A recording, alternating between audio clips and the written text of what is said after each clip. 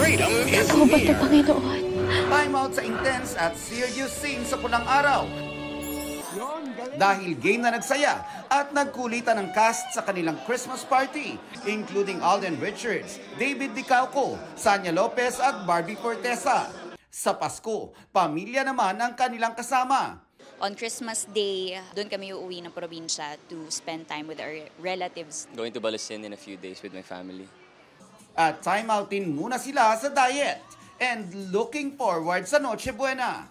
Lechon! Lechon talaga. Number one, hamon, di ba? Nandyan lagi yan, di mawawala. Queso de bola. Si Alden thankful sa pagiging booked and blessed this 2024. Kaya i-enjoy muna raw niya ang quiet time this holiday season.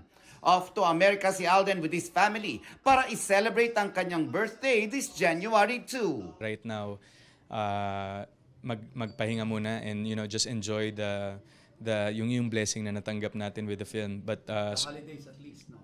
The holidays, syempre papasok ngayon. We have to spend time with family as well. Kasi yung halos buong 2024 was, we're very busy.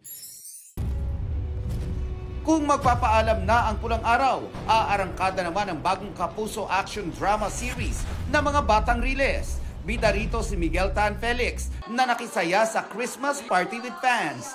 Ahead of a busy 2025, chill lang muna daw siya this holiday season. Magpahinga, spend quality time with my family.